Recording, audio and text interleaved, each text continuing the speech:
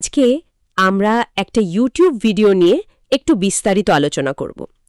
ভিডিওটার নামটা বেশ ভাবনার খোরাক যোগায়, রাজাকার 2.0। হ্যাঁ, নামটা আসলেই অন্যরকম। তো এই ভিডিওতে যেটা করা হয়েছে, সাম্প্রতিক যে রাজনৈতিক অস্থিরতা গেল সেই সময়ে বাংলাদেশের বেশ কয়েকজন পরিচিত অনলাইন মুখ মানে ইনফ্লুয়েন্সার, তাদের ভূমিকা নিয়ে খুব কড়া ভাষায় সমালোচনা করা হয়েছে। ঠিক। আর আমাদের আজকের উদ্দেশ্য হলো আমরা কোনো পক্ষ নেব না। ভিডিওটাতে যে যে অভিযোগ বা সমালোচনাগুলো আছে সেগুলো আসলে কি সেটাই তুলে ধরা। একদম, শুধু উৎসে যা আছে সেটা পরিবেশন করা। হ্যাঁ, আর মনে রাখতে হবে এটা কিন্তু একটা সমালোচনামূলক ভিডিও, যাকে বলে এক্সপোজ ভিডিও।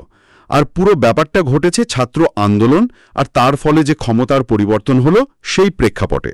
আচ্ছা, তাহলে শুরু করা যাক মূল অভিযোগগুলো দিয়ে। আন্দোলনকে ঘিরে কিন্তু দুঃখের বিষয় হচ্ছে শত শত ভাই বোনদের রক্তের বিনিময়ে এবং লক্ষ লক্ষ মানুষের সংগ্রামে দেশ স্বাধীন হলেও রয়ে গেল সেই কোটা, আর সেটা হলো বন্ধু কোটা। আর বন্ধু কোটায় আমাদের একমাত্র পার্টিসিপেন্ট হচ্ছে আয়মান সাদিক। দেখুন কিভাবে সে ভয়ে লুকিয়ে আছে। এরপর যখন জয় সুনিশ্চিত হলো তখনই সে সালমানের সাথে গিয়ে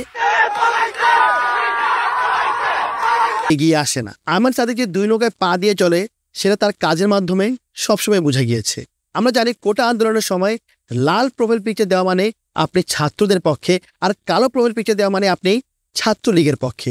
আর আমাদের আয়মান সাদিক দুটোই দিয়েছে তার দুই পেজ থেকে। তার পার্সোনাল পেজ থেকে সে দিয়েছে লাল, আর তার বিজনেস পেজ 10 মিনিট স্কুল থেকে সে দিয়েছে বাল, বাংলাদেশ আওয়ামী লীগ। আয়মানের দুই নৌকায় পা দেওয়ার ট্রিকটা খুবই ভালো ছিল, সব দিকে আয়মান ব্যালেন্স করে চলে। হাসিনা যদি আন্দোলনে জিতে যেত তাহলে সে 10 মিনিট স্কুলের প্রোফাইল পিকচার দেখিয়ে বলতো, এই যে দেখুন আমি আপনাদের সাপোর্টে ছিলাম, এখন আমাকে আবার কয়েক কোটি টাকা ডোনেশন দেন। আর যদি হাসিনা ক্ষমতায় না আসে তাহলে আয়মান ছাত্রদেরকে লাল প্রোফাইল পিকচার দেখিয়ে বলতো, এই যে দেখো আমি তোমাদের সাথেই ছিলাম, তোমাদের সাথে থাকার কারণে আমার কোটি কোটি টাকার স্বপ্ন পূরণ হলো না, এখন আসো তোমরা আমাকে কোর্স কিনে আবার কোটিপতি বানিয়ে দাও।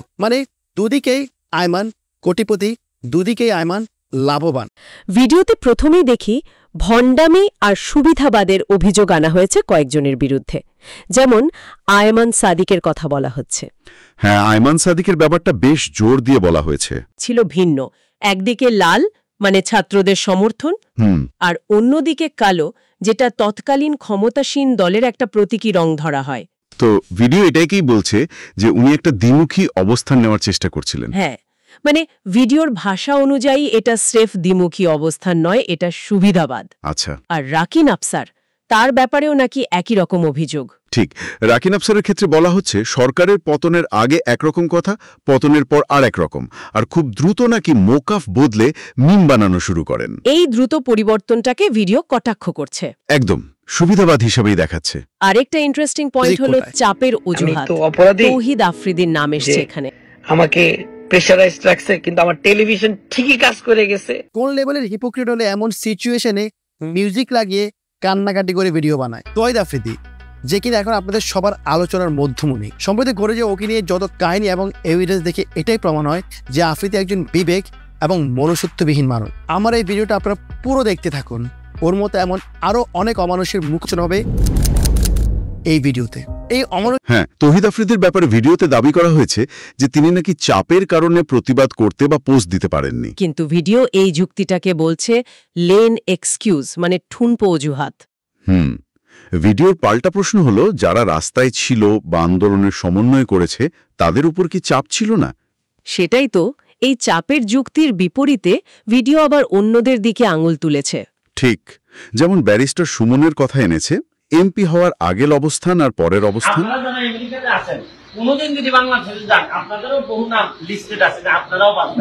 একটু আগে যে ভিডিও দায়ালি করে কোনো অ্যাটেনশন পায়নি, তখন সে নিজ এলাকারই এমপি মন্ত্রীদের নিয়ে কথা বলতে থাকে, ওদের ক্রিটিসাইজ করতে থাকে। কিন্তু এটা হচ্ছে আমার সিটটা পড়ছে হচ্ছে গিয়ে বিরোধী দলের পেছনেই একেবারে, তো কেমন জানি এটা বিরোধী দল ভাব চলে আসছে।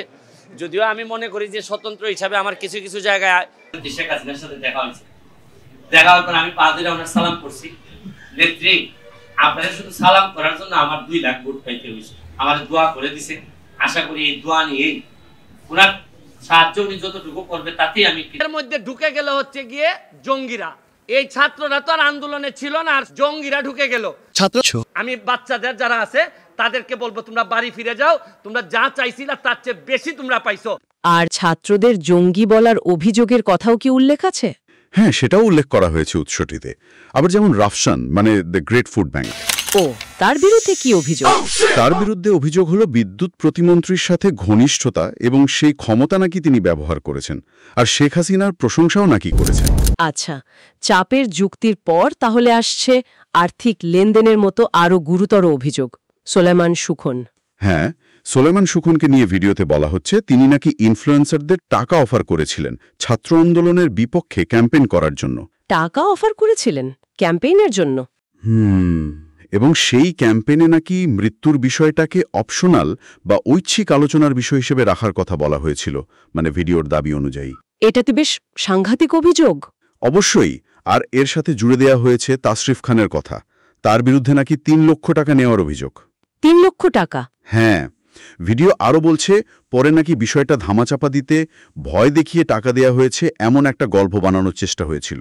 আচ্ছা, আর জার্মানির নাটালিয়া আর হাবিব, তাদের বিরুদ্ধেও একই ক্যাম্পেইন করার অভিযোগ আনা হয়েছে ভিডিওটিতে। এই আর্থিক বিষয়গুলো তো ইনফ্লুয়েন্সারদের নৈতিকতা নিয়ে বিরাট প্রশ্ন তুলে দেয়, বিশেষ করে যখন প্রেক্ষাপটটা এত সংবেদনশীল। নিঃসন্দেহে। তবে সম্ভবত সবচেয়ে মারাত্মক অভিযোগটা আনা হয়েছে RS ফাহিমের বিরুদ্ধে। ফাহিম কি নিয়ে? একটা কল রেকর্ড ফাঁস হওয়ার ভিত্তিতে ভিডিওটি দাবি করছে ফাহিম নাকি ছাত্র হত্যার ঘটনায় মানে হেসে হেসে সম্মতি জানিয়েছেন। হেসে হেসে সম্মতি হত্যার ঘটনায়? হ্যাঁ, এবং শুধু তাই নয়, নিজে নাকি ছাত্রলীগের সাথে হত্যাকাণ্ডে জড়িত থাকার কথাও বলেছেন। তার ভাইয়ের ক্ষমতার ব্যবহারের কথাও এসেছে। এগুলো সবই কিন্তু উৎসের দাবি, আমরা শুধু রিপোর্ট করছি। এগুলো তো খুবই গুরুতর অভিযোগ। সব মিলিয়ে ভিডিওটা তাহলে কি বলতে চাইছে? এই ব্যক্তিরা কি হিরো থেকে জিরো হয়ে গেলেন? ভিডিওর শ্যুটটা অনেকটা সেরকমই। বলছে অনেকের মুখোশ খুলে গেছে। আইমানের ক্ষেত্রে বন্দুক ওঠার কথা বলা হয়েছে, মানে সালমানের জন্য বেঁচে যাওয়া। হ্যাঁ, ভিডিওতে এমন ভাষাই ব্যবহার করা হয়েছে।